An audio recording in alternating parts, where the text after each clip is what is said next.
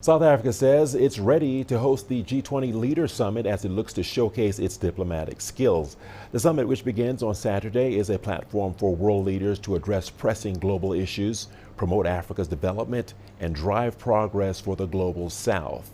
Since taking over the G20 presidency from Brazil last December, the country has used it to promote Africa's development and shape a more equitable world order. At a media briefing ahead of the summit, the country's Minister of International Relations and Cooperation, Ronald Lamola, said significant strides have been made in helping combat illicit financial flows in Africa and growing an AI initiative and energy efficiency facility for Africa. Lamola says there are expectations to achieve a leader's declaration focusing on the summit's agenda of inclusive growth, resilience, and a fair future. We are aiming to achieve a declaration. There is nothing that precludes the countries that are here to agree on a declaration.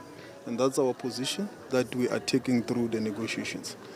But as I've said, it has happened in the past that you end up with a chess summary because of whatever reasons you can end up with a chess summary when not all of the countries end up agreeing on the declaration, those that are present. Lastly, the focus of the G20 has been, particularly our president, on sustainable development.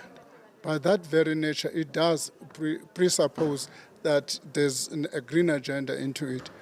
And lastly, one of the things we've put on the agenda is investment on the African continent and infrastructure and the issue of dealing with debt on the African continent. All of those things were likely to have a positive impact on the African continent.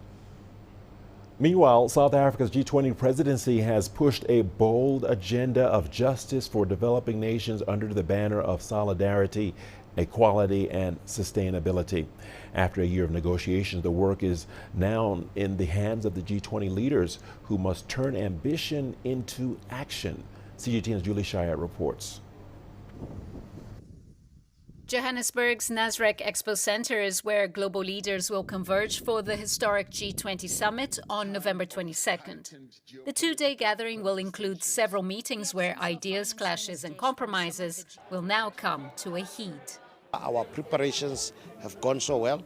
We have been working on this since we took the presidency from Brazil in the last year in December. So up to thus far, we have no hesitation that everything will go well in terms of our infrastructure.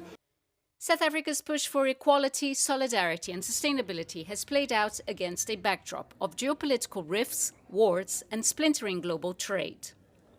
The finance track, the engine room of the G20, failed to reach consensus on critical issues like debt relief and climate finance, setting the tone for most of the discussions. We shouldn't expect much that those that have had a very checkered history against us historically will deliver something better.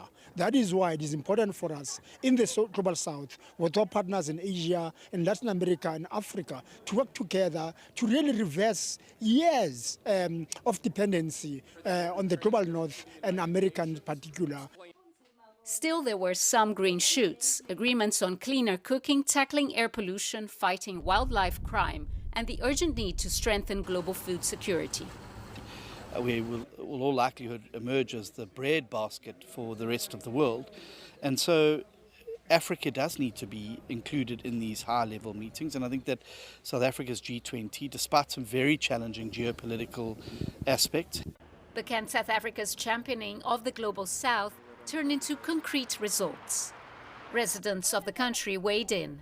I'm hoping that it's not just words, but there'll be action, because with our leaders, even the government, they say things but there's no action. So I'm hoping that everything that has been said there, it's positive, but I'm hoping for a change. If governments can seriously listen to its communities, this world will definitely and most certainly be a better place, where all civil societies of all of these G20 countries come together and we display what we have in common in terms of language, in terms of culture, in terms of challenges. Other divisions have also led to other obstacles. South Africa's G20 presidency has been overshadowed by Pretoria's diplomatic standoff with the United States. Washington has indicated it will not attend, prompting President Cyril Ramaphosa to say he'll symbolically hand over the G20 presidency to an empty chair in the absence of the US leadership. Still, he insists mending relations with Washington remains paramount. Judy Shara, CGTN, Cape Town.